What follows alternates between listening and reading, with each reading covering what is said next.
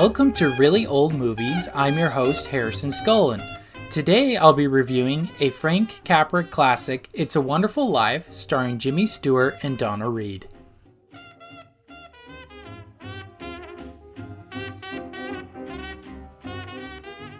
Okay, so for this review, I'll be reviewing It's a Wonderful Life, and if any of you were fans of my other podcast, Surfing Through Cinema, you'll recognize I actually have reviewed this film before, but I decided to go with it again this year because it's a really good story, and I really wanted to review it again because it is one of my favorite movies, not just favorite Christmas movie, but it is one of my favorite movies too.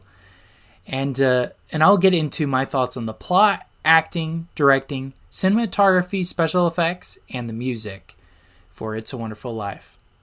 Alright, so to start off with the plot, I give it a 5 out of 5.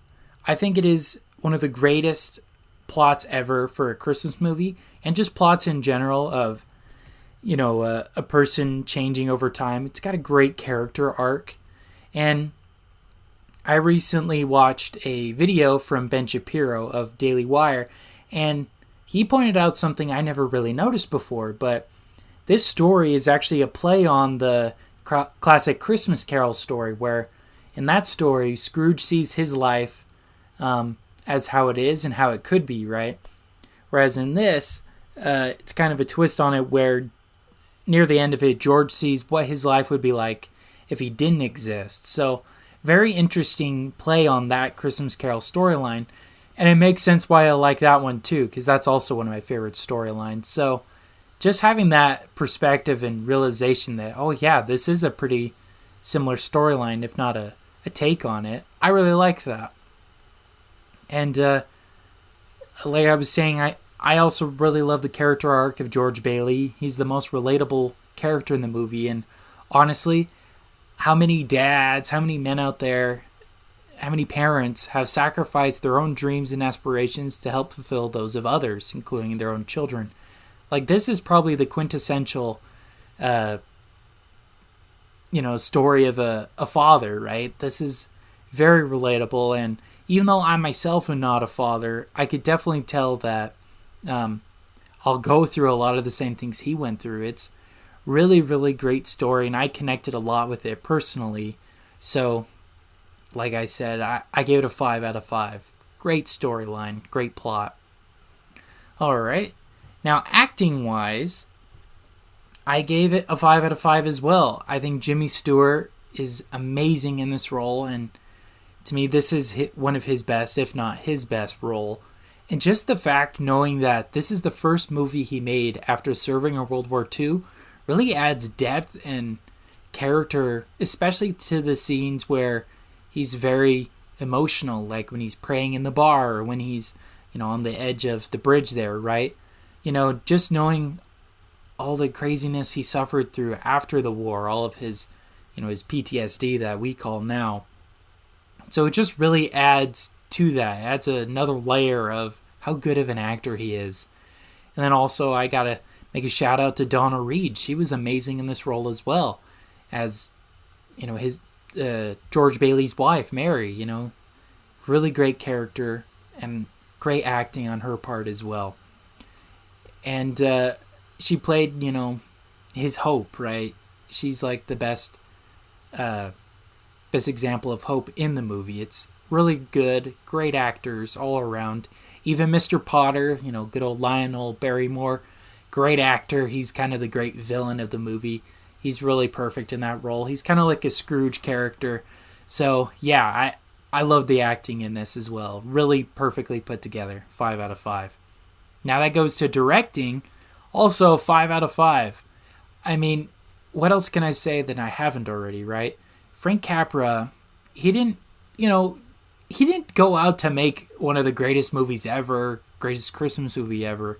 He just went out and made a movie about a pretty relatable storyline, and just over the years, it's become so much more than that. It is, like, it's perfectly set up, and you never feel like you're taken out of the movie. It's really, really good, and you really believe it's all happening. You don't think these are actors acting. No, you really think these are real people, right?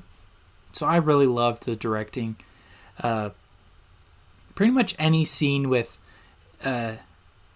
Jimmy Stewart and Clarence, the actor who plays Clarence, it's really funny, really well put together, and yeah, I was very impressed with the directing.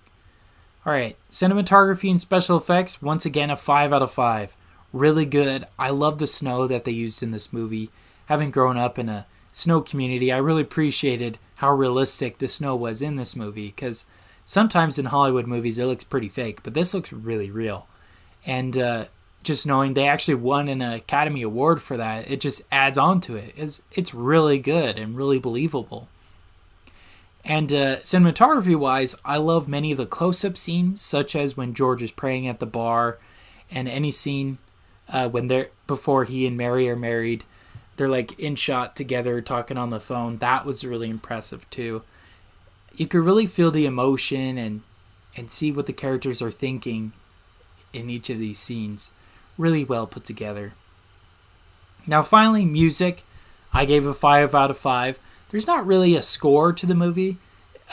Most of the music is just like Christmas carols or just other music that's being sung. But the way they use them is why I give it a 5 out of 5. At the end of the film, all of the neighborhood has come together to come help George because he's helped all of them so much.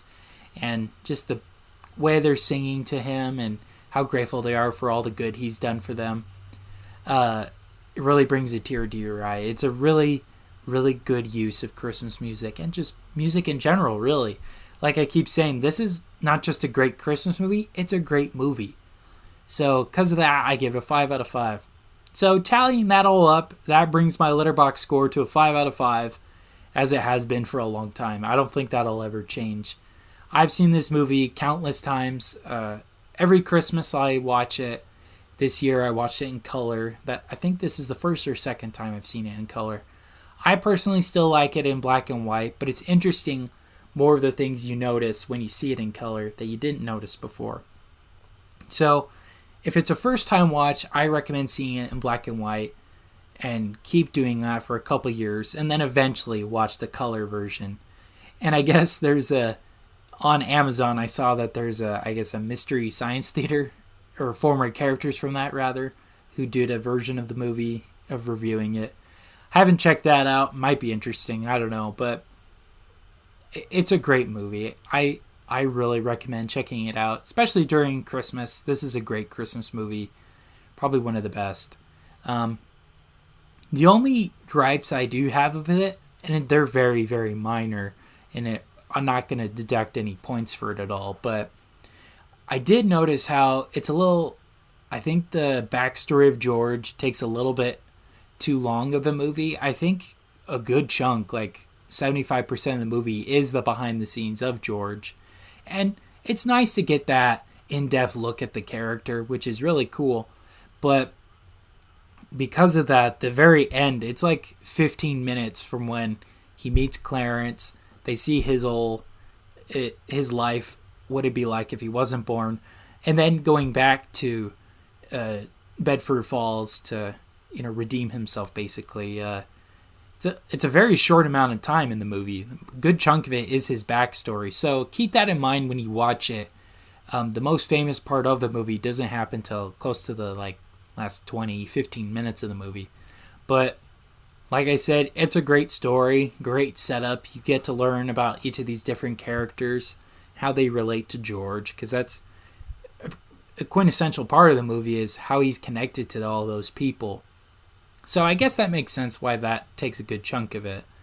But yeah, like I said, that's the only gripe I have. Other than that, it's a perfect movie. It really is. All right. Well, those are my thoughts and feelings on It's a Wonderful Life. And thank you guys so much for listening to today's episode. Make sure to subscribe to our Instagram and Facebook at Really Old Movies to get behind the scenes information about the week's particular film. And new podcasts are released Fridays at 8 p.m. Pacific Standard Time on Spotify and Apple Podcasts and pretty much everywhere you can listen to a podcast. And once again, thank you all so much for listening to today's episode. This has been Really Old Movies. I'm your host, Harrison Scullin. Take care.